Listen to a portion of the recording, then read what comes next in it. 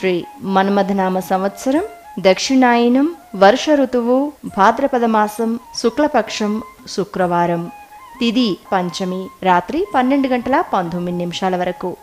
నక్షత్రం విశాఖ రాత్రి 3:58 వరకు.